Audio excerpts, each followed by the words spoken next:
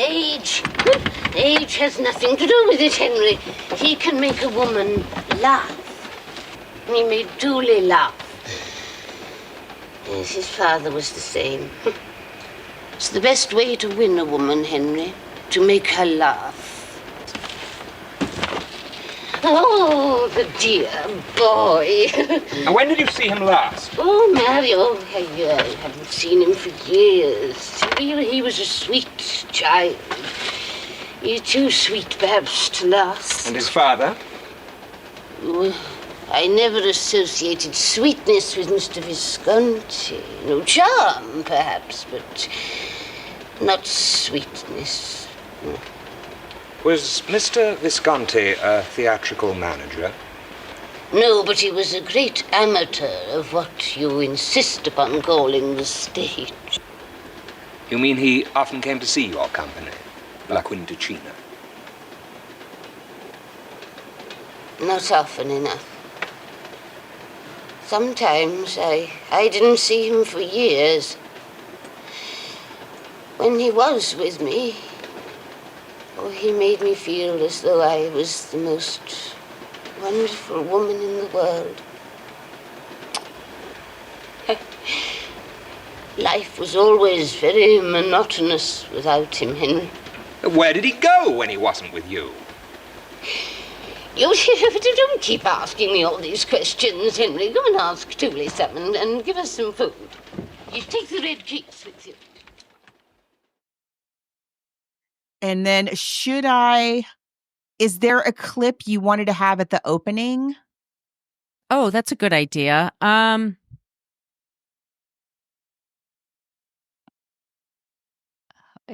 Which one do you think? Did you see them or? It's the funeral, maybe? When she arrives at it's the top of the movie when she goes to the funeral. Okay, hold on. I think I just figured out how to do the video thing. Ooh. Let me see. Now. There, got it. Got it. That's so exciting. So we're going to open with the funeral scene. Correct. Great. Okay. Are we recording? I'm recording on my end. So okay, cool.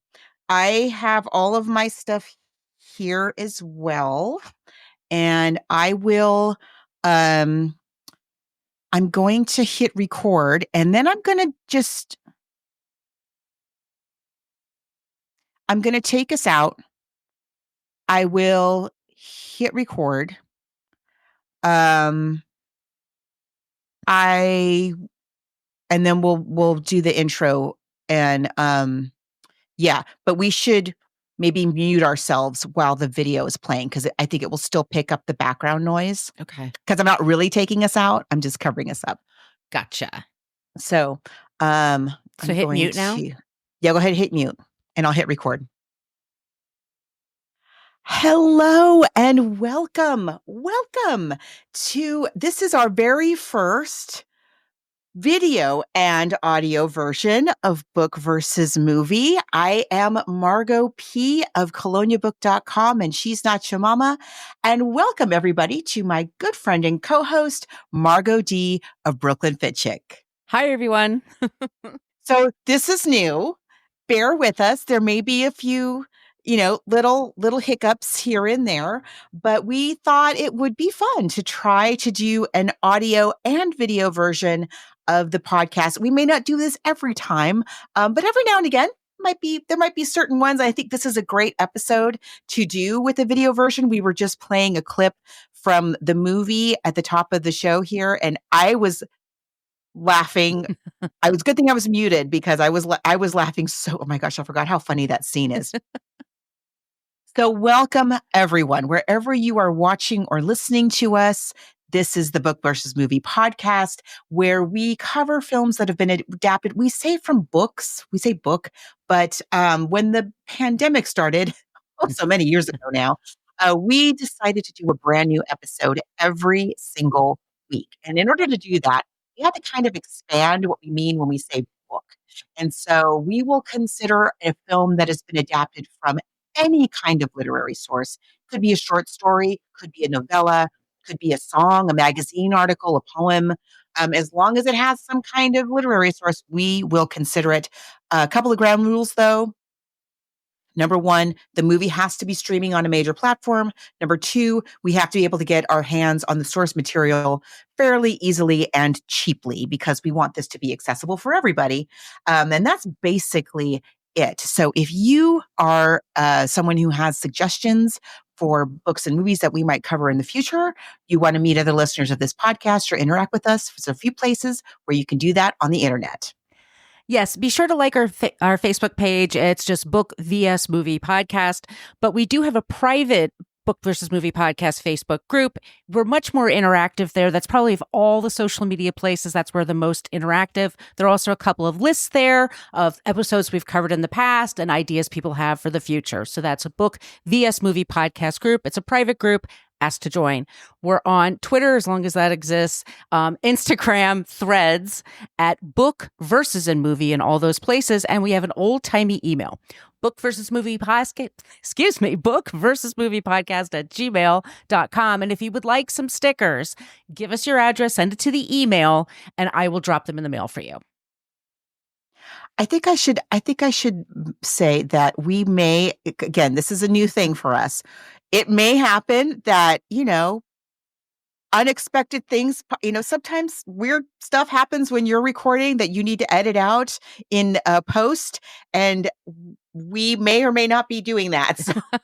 So, bear with us. If we there may be cuts in the video or I doubt very much that we're going to be able to do this all in one go, I guess is what I'm saying. So, because we're not live, we're just recording.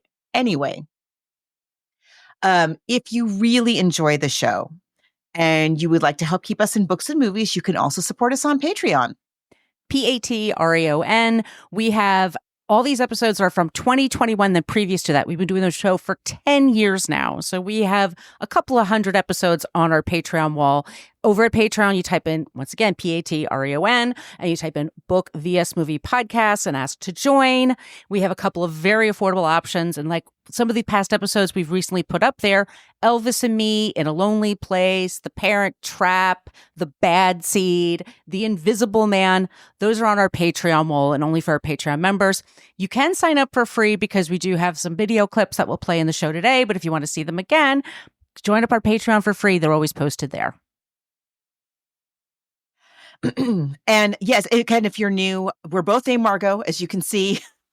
I'm Margot P. I'm on the West Coast. It works out well because it's the same on the screen. Yep. And Margot D is from the East Coast in Brooklyn, obviously. And yeah, this is just our little happy little book club of the air. And it's a really nice community of really kind people. And we've managed to keep it that way for a really long time now. I'm kind of impressed. A few administrations we've done that, yes. Oh, yeah.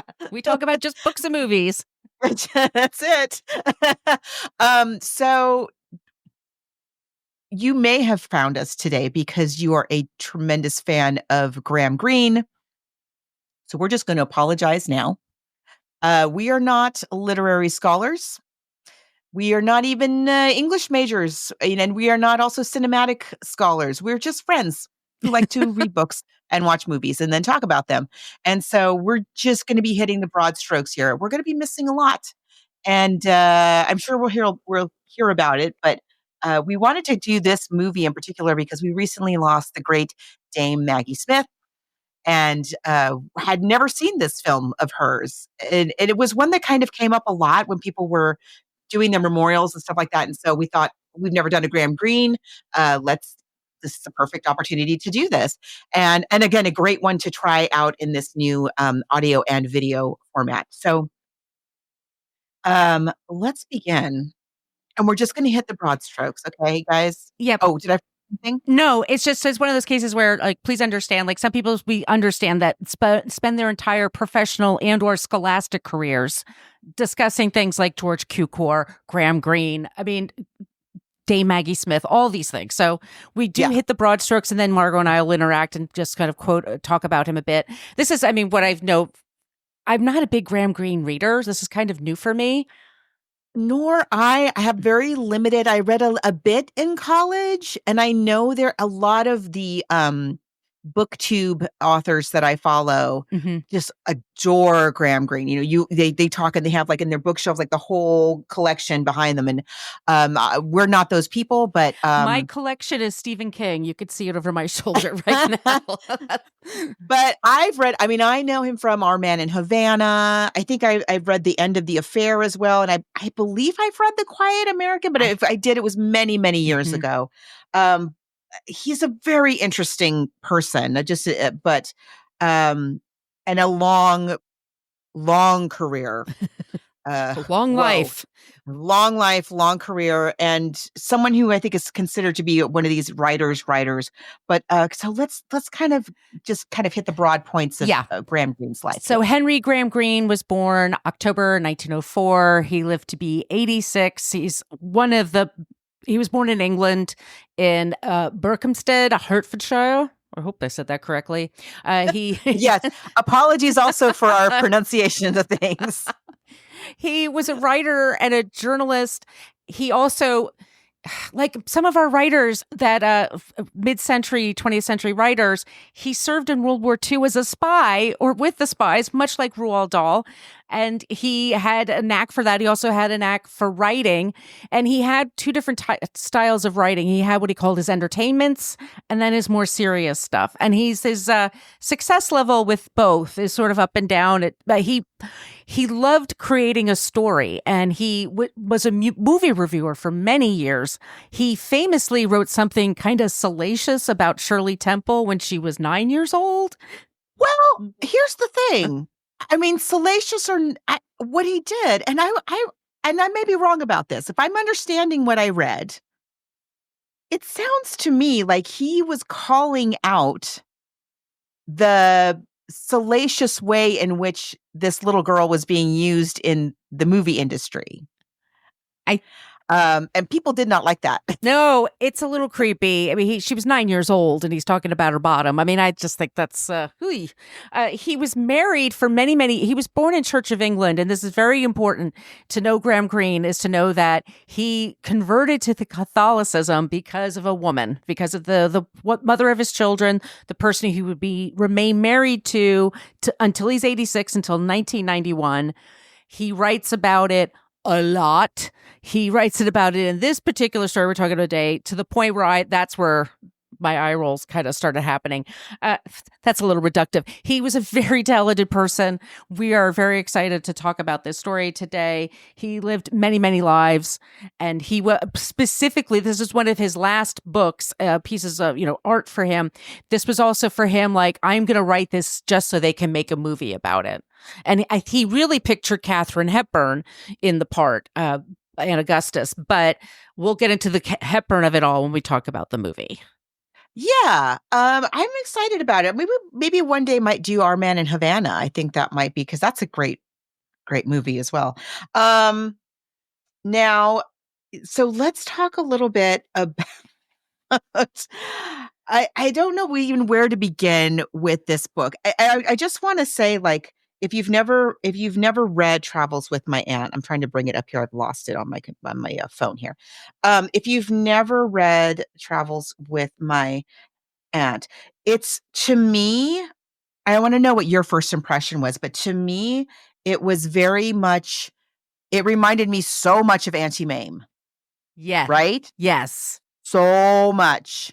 But with this, like, again, Catholic undercurrent, and much more adult themes than even Auntie Mame has, if you've ever read the book. Which is one of our favorites, and it's on our Patreon wall. It's definitely one of my top 10 for sure. So what did you think about it? Because I had never read this book before either. So it's a story about a man named Henry Pulling, and if you see the top clip, he's a middle-aged guy. He's at his mother's funeral, and he has, I think, a girlfriend-ish. He has someone he's dating, but yeah, he's not psyched about her. No, there's some real big differences between the book and the movie. In the book, and the book again is 1969, like Margos said, like, this is late in his career. A lot of the books that he's kind of most known for are right after World War II.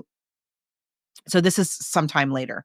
Our main character is, and in the book, he is retired. He's a bank manager who has recently retired. He's taken early retirement, and his life really consists of gardening, which as a gardener, I'm a little affronted at how like they're using this gardening metaphor to make him seem so dull. Did you but see the okay. Martha Stewart documentary, by the way? Not yet. I am dying to. Is it so good? It is so good. And boy, that woman loves gardening and she's good at it. I know. I love her. Yeah. I'm just going to say, listen, I just hats off, Martha Stewart. This guy is no Martha Stewart. We're not really Bless sure what his heart. his deal is. Yeah. And he's a bachelor. So he's never had as far as we know, he's never really had a relationship with a woman, but he has, like Margot says, like this sort of relationship, almost engagement with this woman. Like, what is he doing with her? I don't know, but I forget what her name is. Miss Keene.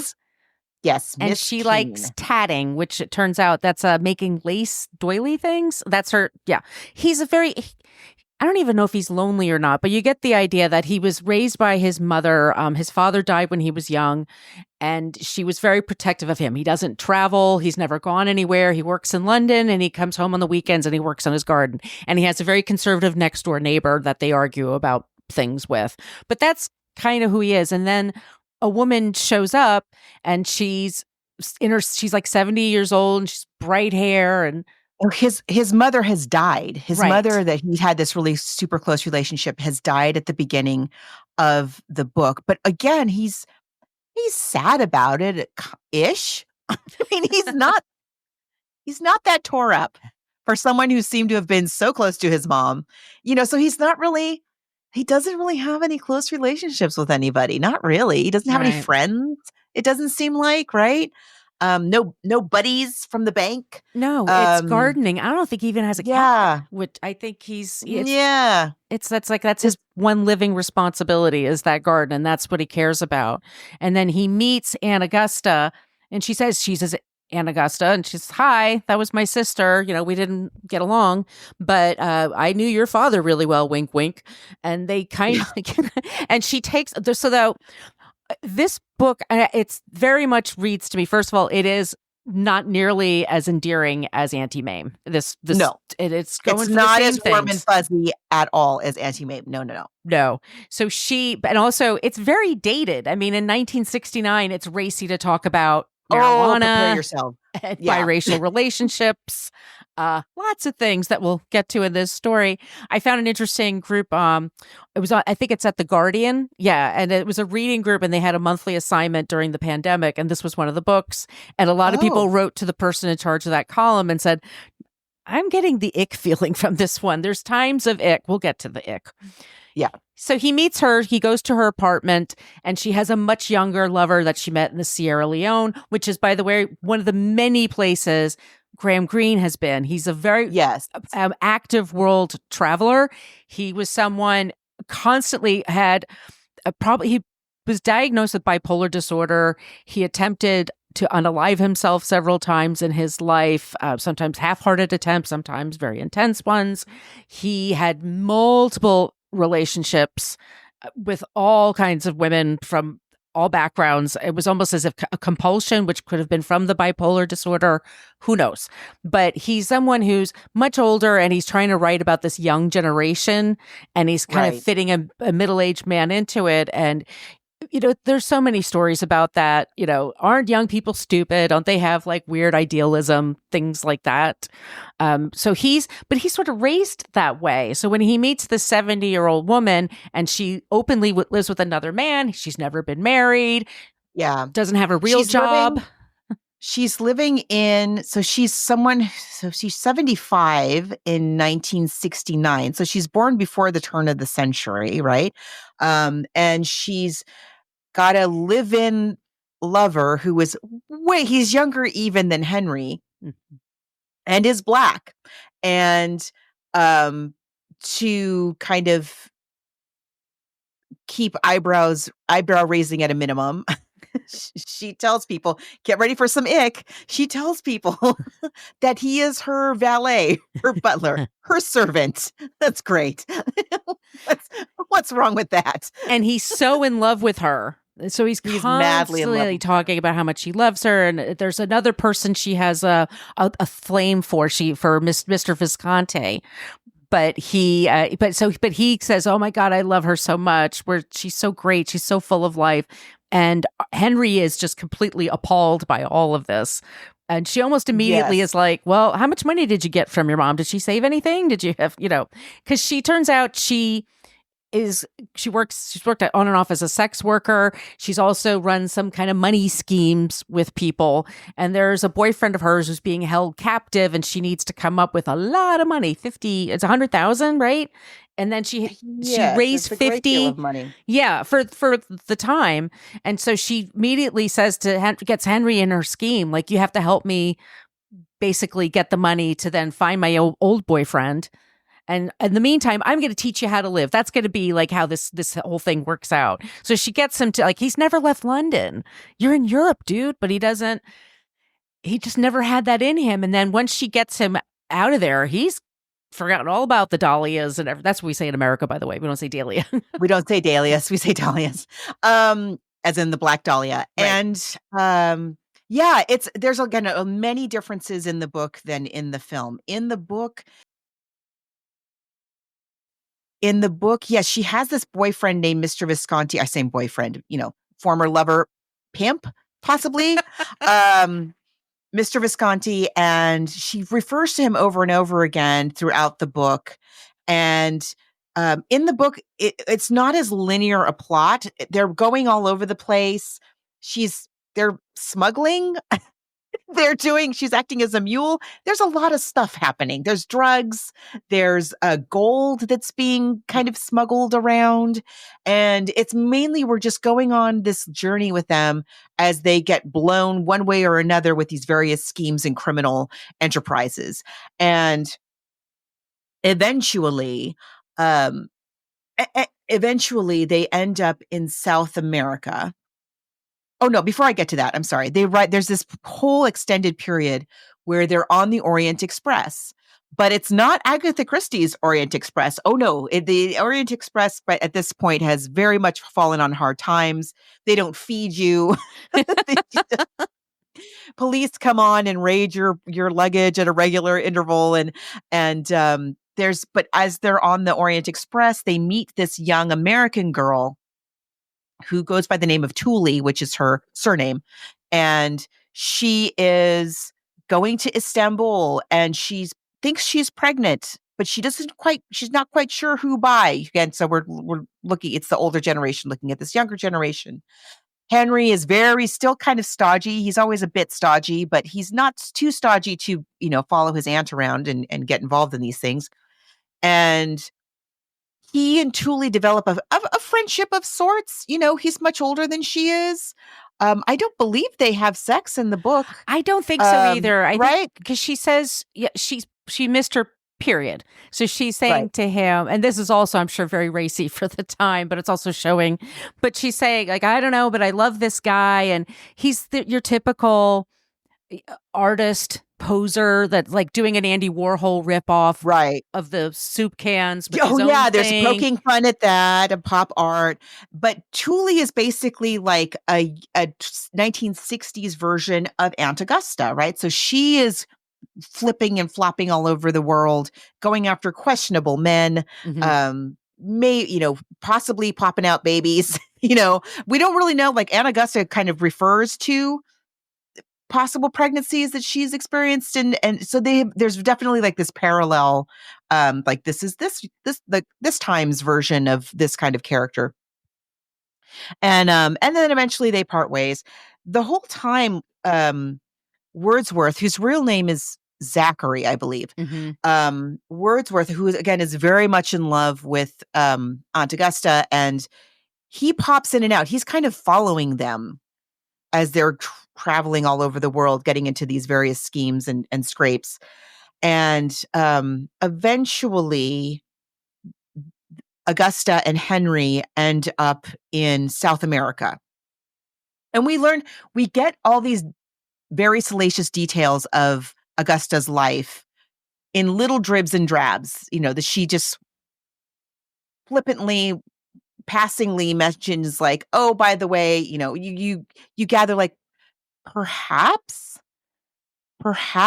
she had an affair with Henry's father and became pregnant and was thrown out for that reason. We're not really sure. Definitely was a sex worker. Yes. That's not a perhaps. That's a definitely did that. We're not quite sure how long, off and on for kind of a long time. Mm-hmm. Again, was Visconti her pimp? We do not know. We learned over time Visconti was a Nazi sympathizer. That's great. Yeah. Yes. There's Nazi And sympathizers in this story. there's And we're Oh, and Miss Keene, his sort of girlfriend from the beginning of the book, when he doesn't propose to her, she moves to South Africa where she just loves apartheid. That's great. All in for apartheid. That is fantastic. And we're not judging her. He's like, oh, I guess she likes that. So now he and Aunt Augusta are in South America. That is where they finally meet up with Mr. Visconti. And again, totally different ending than in the movie. Okay. So they're in South America, and Henry reaches this sort of a crossroads, I guess. Am I going to continue this insane life with my Aunt Augusta? Or, I could just go back to my garden and my boring life back, my early retirement life back in London. And as he's having this kind of crisis, he finds, spoiler alert, we spoil everything if you're brand new here. If you've never read this book and you don't want to know what happens, this is maybe, you've probably already heard too much. He finds Wordsworth dead. right. That's Wordsworth is stabbed. And, and Wordsworth throughout the whole book has been this kind of comic relief. He's got an accent. We're sort of making fun of it. His English is like, the way they type out how he's speaking. Right. It's a little bit racist. And they are in South America with Mr. Visconti, and this is the very end of the book. Henry goes to his Aunt Augusta, who he now addresses as his mother. He now realizes that she is actually his biological mother. She tells him at his mother's funeral, like, she wasn't your biological mom, right? And he was like, no. He had no idea. So he had no idea. And this whole time he's been kind of trying to get the info out of her, and she's not quite giving it to him. And he realizes something about the death of Wordsworth makes it just kind of dawns on him. Oh, and so he goes and he dresses her as his mother, and he decides to spend the rest of his days in South America, in a smuggling smuggling ring. Is that what we call it? Yeah. with the Nazis, with Visconti, with the former Nazis. Yeah. The Nazi sympathizers. It's fine. I'm sure. He went from somebody who had a very strict moral code to someone who's just decided, what was the point of that? Right. Might as well just get what I want. Exactly. The end. Yeah. Well, that's the book. No, the last page of the book. So he finds himself falling in love with a child. Oh, yes. I forgot this little epilogue. So I completely forgot. He makes a bribe with the chief of customs. Oh, my goodness. And he basically gets the chief of customs' 14-year-old daughter. And he's basically promised to him when she turns 16 that he will marry her. And this is a man well into his 50s. Oh, yes. Yeah. Yeah. Now, now that I'm here working with the Nazis, yeah, why not? Yeah. Why not some misogyny? This is, child abduction. It's bizarre. It is. It's weird. So again, it's like bizarro anti-meme. But you know what though? I mean, It's a page turner. It is a page turner. I found it very moving sometimes when they're just talking. The story is very much in his head, mostly. I mean, they talk from different viewpoints, but much of it comes from Henry's internal monologues and his internal. Because he doesn't get to show that in the movie. So in the story, you hear more from him about his regrets and his the way he was sheltered growing up and how that hurt him, and how there's just so much to the world to enjoy, and maybe this is his last chance and he should just go for it. And, do I want to wind up like her? Or do I want to wind up like my mother? Because eventually you're going to die anyway. Exactly. And throughout I'm sitting here. I as I got about a third of the way, I think I checked it out on Libby, and I thought, you know what, I think I want to buy this book. So I went and bought it. I went and bought a hard copy.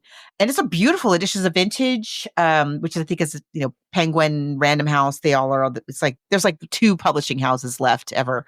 And it's a really pretty edition. It's got this crazy map on it, like not geographically accurate whatsoever, but in terms of the story, like it has all this stuff. It's really nice.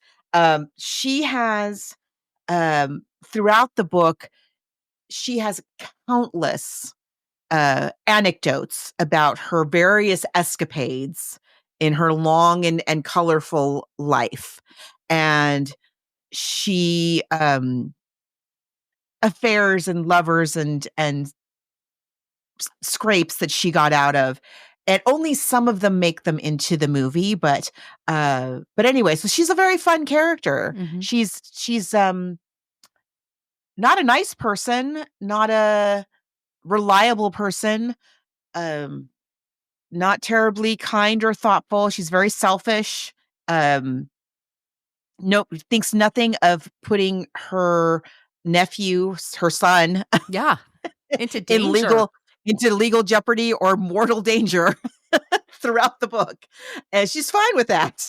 So it is a really entertaining read. It's an extremely entertaining read, and it is very well written. You can't deny that. You cannot deny that. It is really, really well written, and for such a meandery story, it does really hold your attention. I liked it. I did. I didn't know what to think about it, but I really think I might even read it again sometime. I liked it very much. Yeah. Yeah. I actually highlighted a bunch of passages that I was enjoying. It's on Kindle Unlimited right now. So that's how I got it. Yeah. I thought it was good. So let's talk about this movie, shall we? Do we want to start with the trailer? Let's start with the trailer. Yeah. Okay. So here's the original 1972 trailer for Travels with My Aunt or Aunt. What do you say, Margot? Yeah. I say aunt. So do I. I'm a Southern Californian, where we speak Kardashian. We all say aunt. Yeah. Same. But everybody in this movie will say aunt. Right. Just so you know. Here we go. Now comes a magnificent new motion picture directed by George Cukor from the sensational and hilarious novel by Graham Greene in the tradition of great MGM classics. Travels with My Aunt, starring Academy Award winner Maggie Smith in a stunning new performance as the indomitable Aunt Augusta. Tell me, Henry, what do you actually do at the bank? Oh, well, I'm the man with all the keys. Oh, then you could rob the bank. Yes, of course. Here is the story of a fabulous dame who brought style, class, grace, and beauty to smuggling, hustling, gambling, and swindling. £50,000. My man in Paris will exchange them for dollars. Paris? But I'm not accustomed to foreign travel. Well, my dahlias. Pack, Henry. Pack. Travels with My Aunt, an unforgettable journey with an irresistible pair. Excuse me. With Alec McCowan as the innocent bachelor who suddenly finds himself face to face with the wonders and temptations of the world. Come along, Henry. We're off to Istanbul. Istanbul? But we've only just got here. We haven't seen anything. Travel along to romantic places and into Aunt Augusta's scandalous past. In that profession, age is a great handicap. I was lucky enough to leave in good time, thanks to Mr. Visconti. He is, I suppose, the only man I have ever really loved.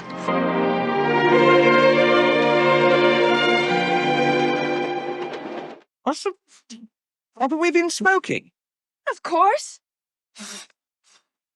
Enter, please.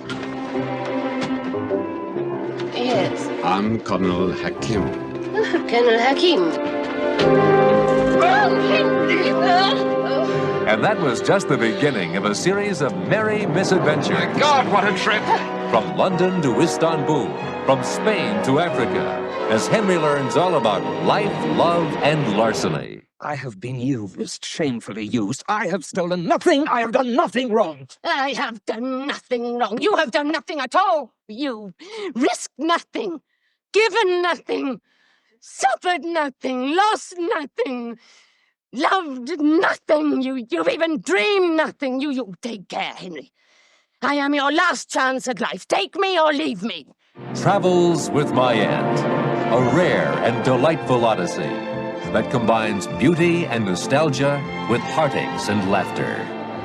Here is dazzling entertainment, directed by George Cukor, starring Maggie Smith, Alec McCowan, Lou Gossett, and Robert Stevens. You'll have the time of your life in Travels with My Aunt.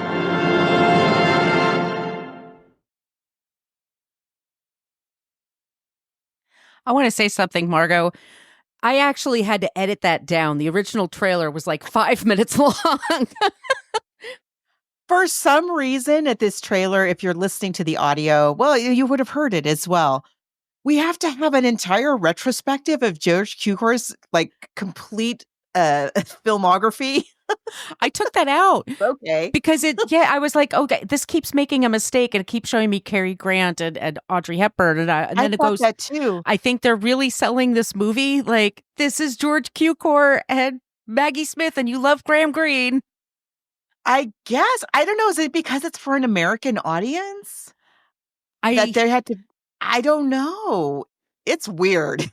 This whole, we haven't talked about this movie yet. So I watched it for the first time. I didn't even know this existed. Nor I. And it's a weird thing. I rented it earlier this week. I watched it and then I tried to rewatch it today. And every time on Amazon, I hit the button to rent it, the screen would go black. I'm like, this movie doesn't want me to see it again. It's just, it's ephemeral now. It was a thing that existed.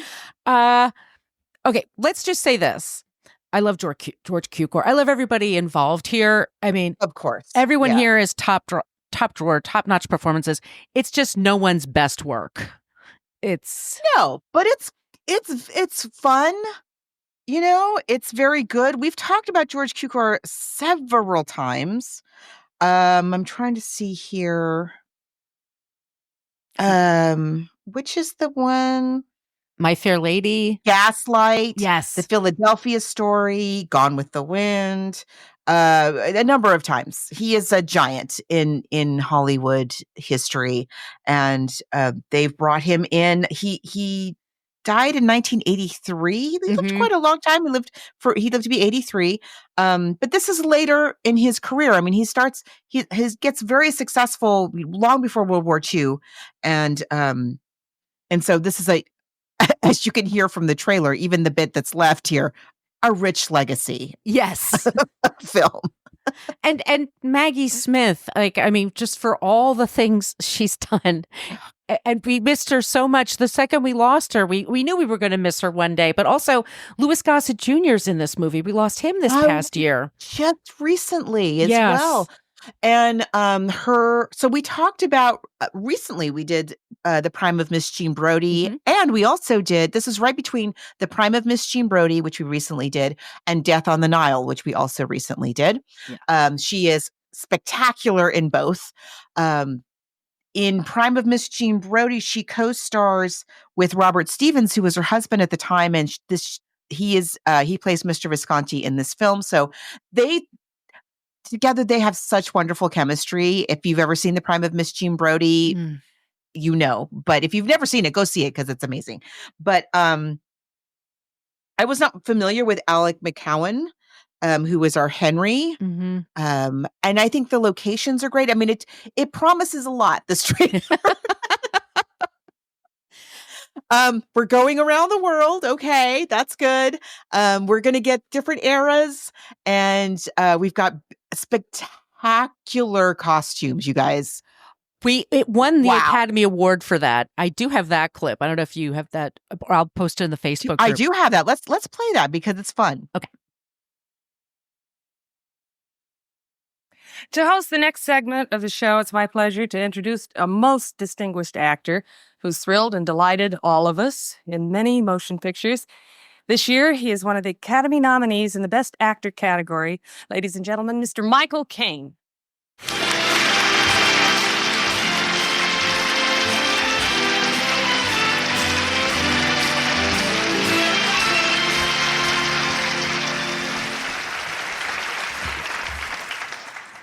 If it weren't for an American film, The Caine Mutiny, the bloke standing before you now would still be called Morris Joseph Micklewhite.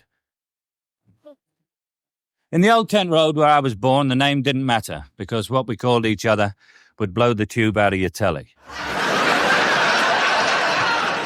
I was left on my own, and after I did a few things I was supposed to do and a few things I wasn't supposed to do, I used to sneak in the cinema, and they didn't make tuppence out of me. I used to sneak in the side entrance.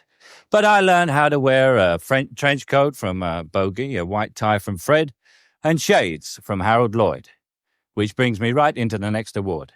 To present it, a lady whom you saw on the covers of Vogue before you saw her in Cabaret, and whose hems were basted by her grandmother, a little French seamstress named Elsa Schiaparelli, Miss Marisa Berenson.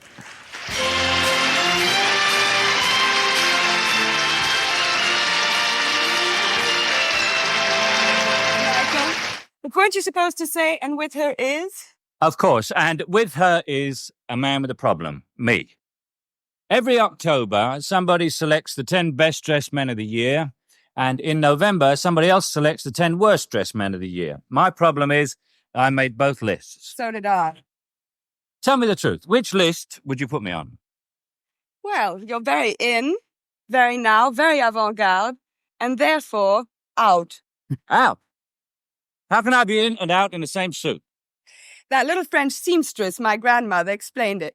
In fashion, the only thing certain is what's in today is out tomorrow. But don't throw it away, it'll be in again the day after. The nominees tonight prove that. Well, Q. For the best achievement in costume design, the nominees are... Travel with My Aunt, Anthony Powell.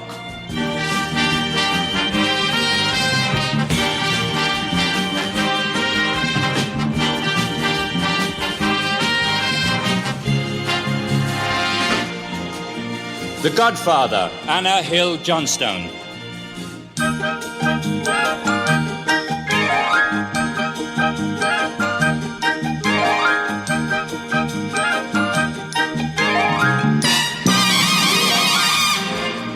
The Poseidon Adventure, Paul Zastupnovich.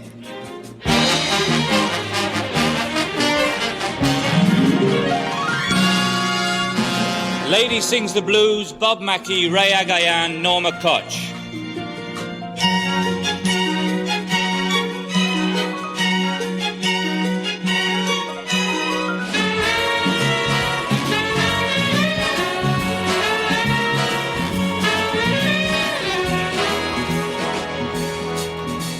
Young Winston, Anthony Mendelsohn.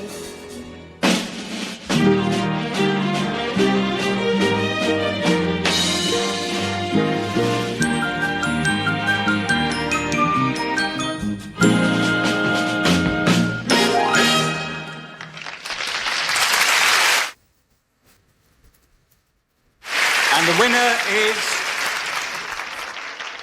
The winner is Anthony Powell for Travels with My Aunt.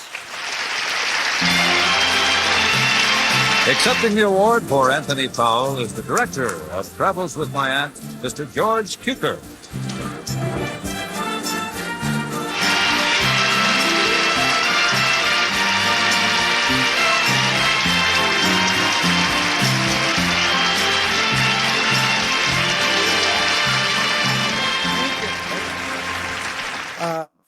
Anthony Powell is presently working in London, and I accept it with his gratitude. And I must say, as the director, he was an enormous help. So I'm very grateful to him myself. Thank you.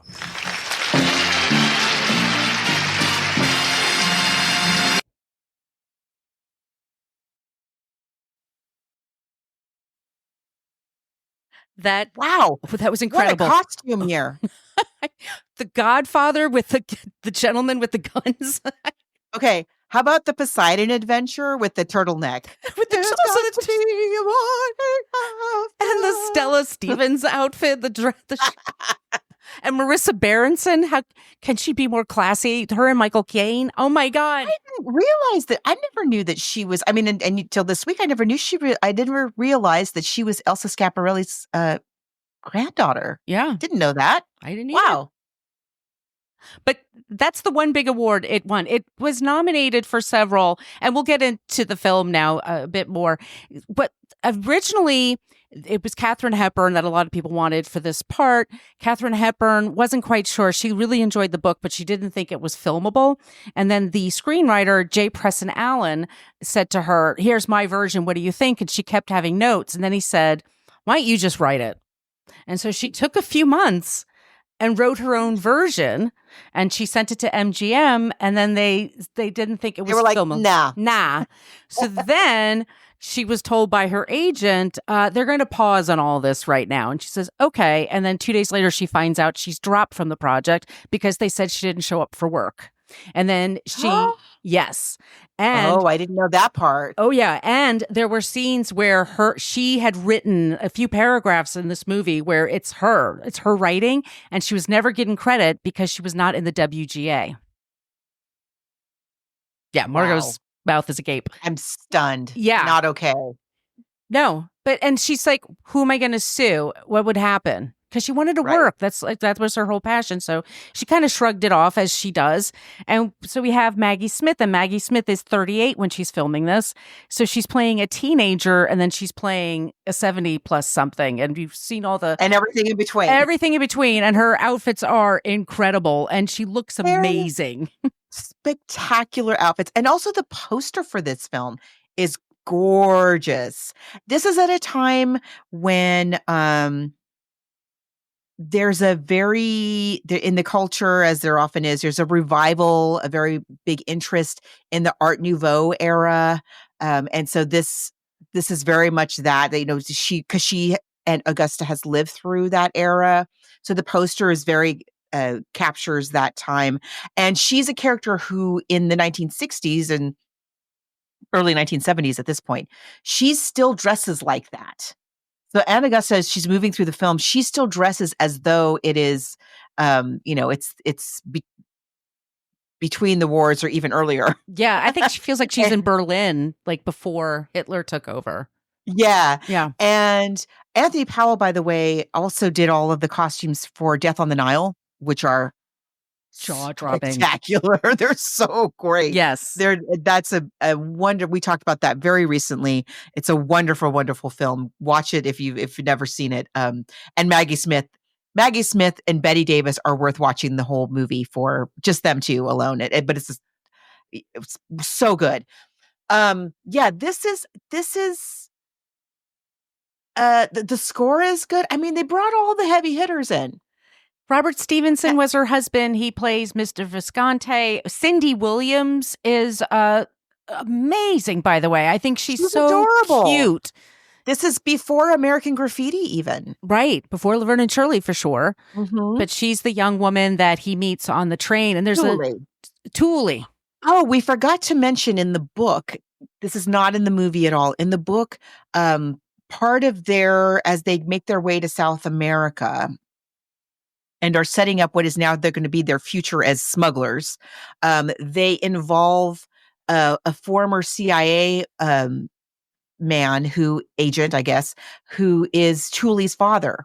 So we meet Thule early in the book, and then near the end of the book, we meet her father, and he becomes part of that whole right. What they're going to be involved in going forward. Yeah, that doesn't happen in the movie at all. Again, there's a lot of stories and subplots and stuff that's in the book. And it's not a huge book, but they pack a lot in it. Anyway, so Cindy Williams is playing Thule, who is on the Orient Express with them. She's terrific. Yeah, she's wonderful. She's great. And I think Alec McGowan. He was nominated for a Golden Globe.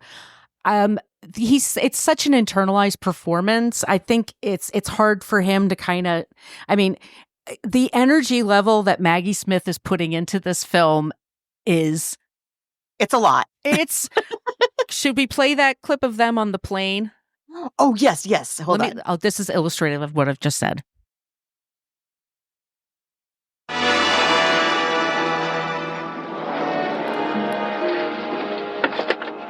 Why are we travelling first class? Why not tourist? We're wasting almost £7. The difference between first class and tourist is always wiped out by the champagne and caviar.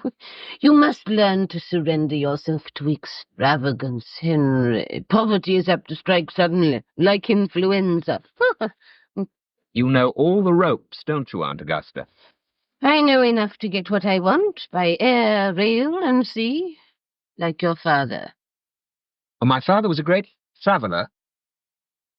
He travelled from one woman to another all through his life. It comes to much the same thing. And why have you travelled so much, Aunt Augusta? Oh, I travelled for my living. The business I was in was peripatetic. We moved around. Venice, Milan, Firenze, Roma, Napoli. It was known as La Quindicina. Oh, you were in a theatre company. That description will serve. You must remember I was much younger in those days. Oh, acting needs no excuse. I was not excusing myself, I was explaining. In that profession, age is a great handicap. I was lucky enough to leave in good time, thanks to Mr. Visconti. Mr. Visconti? He is, I suppose, the only man I have ever really loved. You. Stuart! Some more champagne. By all means, but we're just coming in to learn. And then you'll have to hurry, won't you?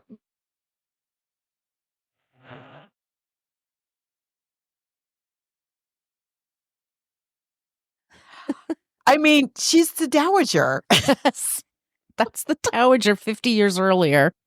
She just can drop a comedic line like nobody else. Oh. She does so much with her. I mean, they're making her look older, but there's scenes where she's dancing and she's running around, and then and you saw that in the trailer. I love the scenes of her when she's younger and she's flirting with the guy around the room. Yeah. And he's chasing her. I mean, she's giving so much energy. She's putting so much into it. And then you have Alec McGowan, who's just but he kind of has to be. Yeah, and that's yeah.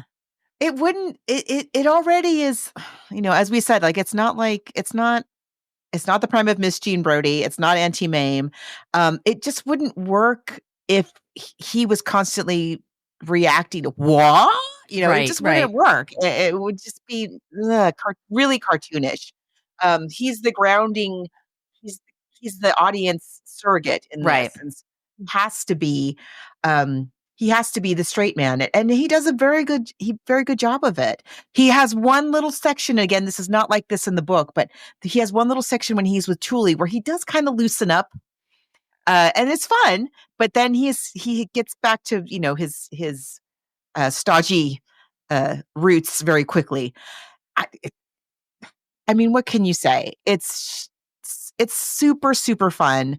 We get to see her rollicking, frolicking, committing crimes, criming through the decades, and gorgeous sets, really fun music, and she just, man after man after man, all these different men, not nearly as many as are even in the book. I love that she has the story this is in the book, the man who has the her and another girl in these two wings of the hotel, and then the wife shows up, and that whole little segment is very fun. And we're also, just like in the book, we're also hearing all of this through Aunt Augusta, who we know is not a reliable narrator. So we don't know if that's true or if she's covering things up. Is Mhm. she out and out lying? Is she bending things here and there? We don't know. We're just having fun. Yeah, I love that the guy that chases her all around the room, and then he goes to the other girl and chases her all around the room, and He these has energy, that old man. yeah. I mean, yeah, I think for me, this film, it's a lot of gorgeous sets, gorgeous costumes, a lot of energy in some parts. But for me, it's just not very memorable. Like it just doesn't stick in the brain for me. No, we have the plot.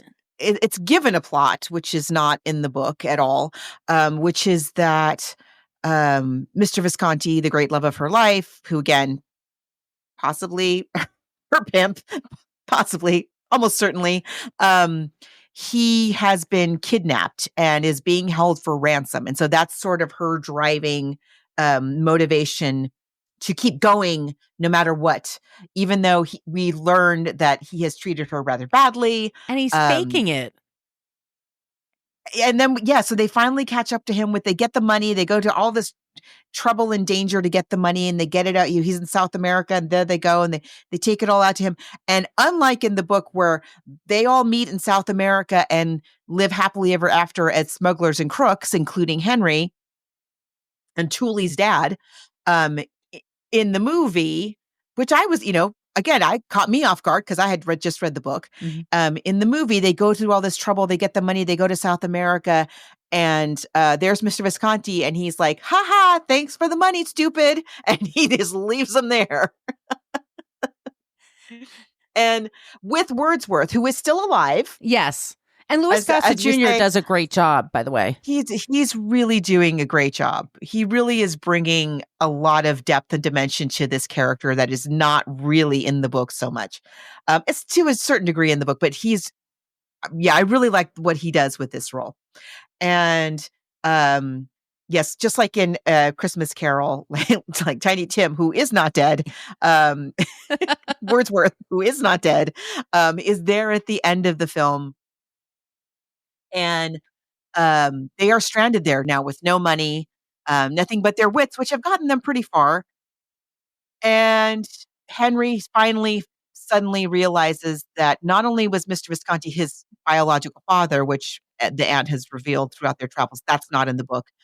In the book, we're led to believe that his father who raised him was his biological Mhm. father, but his aunt, not his. We It's thought like was his mother, Chinatown. like a little like that. And Wordsworth, and who still loves Augusta, no matter what, in spite of everything. And there they are. And are they going to continue on as this crimey threesome, getting into scrapes and living the extravagant life that we just heard her describe? Or is he going to go back to his dahlias? And they flip a coin up in the air and it never comes down. And so we never know what's going to happen. I don't know. So that's how it ends. It's fine. It's totally fine. It's on a TCM marathon and you're home with the flu and you're got a Maggie Smith Jones and you're like, I haven't seen that one. See it. It's fine. Yeah. It's totally I'm not watching it for fine. the plot. Right. But it's a 90-minute movie that feels like it's 2+ hours sometimes. Yeah, it's one of those. Sometimes. And it does drag in some bits, and we're like the um a lot of the farcical segments go on like a lot. This, the whole thing about the money in the suitcase and hiding it, and the whole thing about like Cindy Williams and they're smoking pot and they're hiding it, Pot humor in the 70s was very juvenile. We grew up with that. Yeah. Yeah. So, but having said all that, like you say, it's fun. It's beautiful. I mean, It's genuinely fun. It's gorgeously produced. I mean, just the costumes alone, but also all the sets and all the locations are gorgeous. As far as that's concerned, the trailer really delivers. I mean, the movie really delivers on the promise of the trailer. But it is not an amazing story. Right. And it's, the book is not an amazing story either. I can't say it's a worse plot than the book. Mm-hmm. And I get why they felt like they had to have a plot like this to kind of keep the action driving. But yeah, that's where it really falls short, is just the story. Nobody's faulting Maggie Smith or anybody involved with the film. It really is just that. I like the way all the flashbacks are done. Oh, she looks beautiful too. Yeah. I mean, she's very believable. As a teenager, I mean, a lot of like for my thing right now, it's like a lot of gauze on the lens kind of thing, but they're using makeup and costuming and lighting Very well. Very well. 1972. Right. It's very convincing. Right. I mean, I would just say it's just no one's best work. If you've never seen a George Cukor, I would never recommend. I mean, that just wouldn't, or any of these people. But I did enjoy reading Graham Greene. I hadn't read him since college.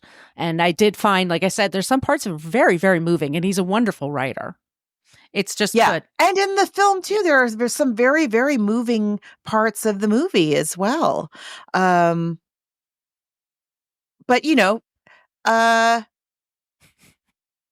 they're not great people. No. And that's okay. That's okay. That's totally fine. I did. I just think there's strengths and weaknesses in both. I think for the book, I agree. I think somebody counted. It was that Guardian article. They said he mentioned Catholicism 17 times in the book, and a lot of Catholic comes up in this book a lot. Yeah, and we're both. If you're new, we're both. What do we want to call ourselves? Survivors of being survivors of Catholicism. We have our own thoughts about it, but I mean, neither's perfect. Neither's their best example of their work. But if somebody were to ask me, I would say, watch our show, look at the clips and read the book. So I would pick the book over the movie. I kind of, as much as I love her and she's wonderful in this. Again, the real shortcoming of this movie is the story. Mm-hmm. And that's a big thing to overcome. And if you don't have a compelling story that's adequately paced, yeah, all the king's horses and all the king's men. Not the movie. I'm just the nursery rhyme. So I have to say I'm going to give the edge to the book this time as well. Because it doesn't have, I can't say that it has more of a story than the film, but the way that it's told, the way that it's written, all the best dialogue, like that whole scene about the extravagance and being on the airplane, that's all right out of the book, all that dialogue. Mm-hmm. All the best dialogue in the film is straight out of the book. So, or possibly Katharine Hepburn. Well, there's that too. Yeah. I wonder about that. Like, what part of that was her? I don't know. I'm just trying to wonder too. Yeah, I didn't know she wrote.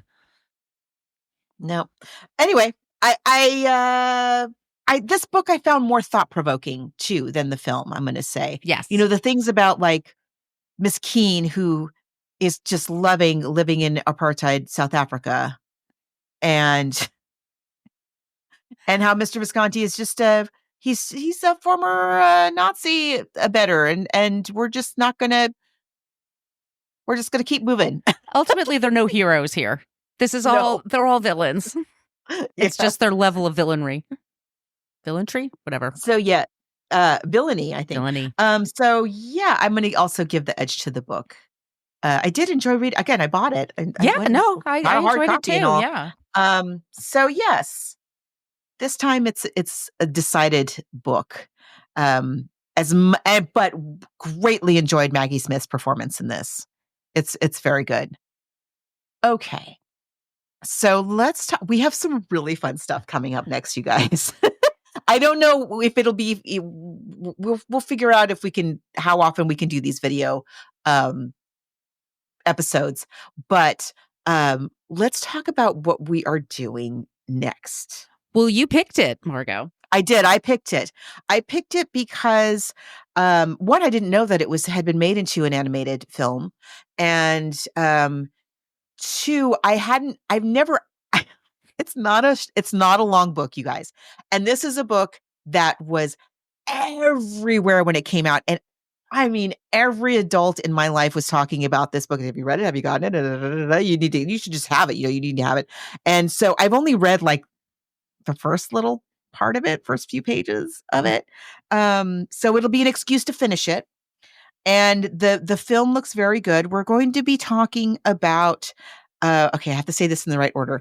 I'm going to make sure I got the order right.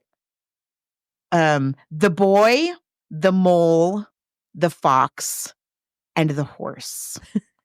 We thought that from what I've heard, because I've not read it all the way through, from what I've heard and from the little bit of the movie that I've seen, it looks like maybe that might be a timely and easy choice for this week. The book is from 2019, I believe, so right before the pandemic. Mm-hmm. A lot of people were talking about this book during the pandemic. I guess we'll find out why once we read it. Yeah. And the film is on Apple, what do they call that? Apple Watch, Apple Plus. Apple TV, Apple Plus. I think. What? I don't know. We're constantly changing the name. It's the place where you go to watch movies on Apple, okay? And it's from 2022. It's animated. It's by Peter Bainton and Charlie Maxey, and it stars Jude Coward-Nickel, Tom Hollander, Idris Elba, and Gabriel Byrne. And I said, come on. I want me some Gabriel Byrne anytime. So yes, that's what we're going to cover next. But as you can see, we're always looking for ideas, and we have the holidays coming up. And because we've been doing the show for over 10 years, we've done just about everything. Dickens, all the ones you can think of. Die Hard. We get creative though, but there has to be more. There just has to be more books and movies or songs that they turned into TV movies. That counts. If you guys don't come up with some suggestions, we're going to have to break the grandma got run over by a reindeer glass. And we do not want to do that. Just saying. Okay. So all those places I mentioned at the top of the show, send us your suggestions. Once again, our email is bookversusmoviepodcast@gmail.com. And Margot, where can they find you? You can find me online at coloniabook.com, and all my social media callouts are at She's Nacho Mama. And where can they find you? You can find me at brooklynfitchick.com. I'm at brooklynfitchick for Threads and Instagram. Everywhere else, I'm at Brooklyn Margot. We'll be back soon with a new episode. Thank you so much for listening to the Book versus Movie podcast. We're a part of the Frolic Podcast Network. You could find more podcasts you will love at frolic.media/podcasts. You could find us on Twitter, Threads, Blue Sky, and Instagram at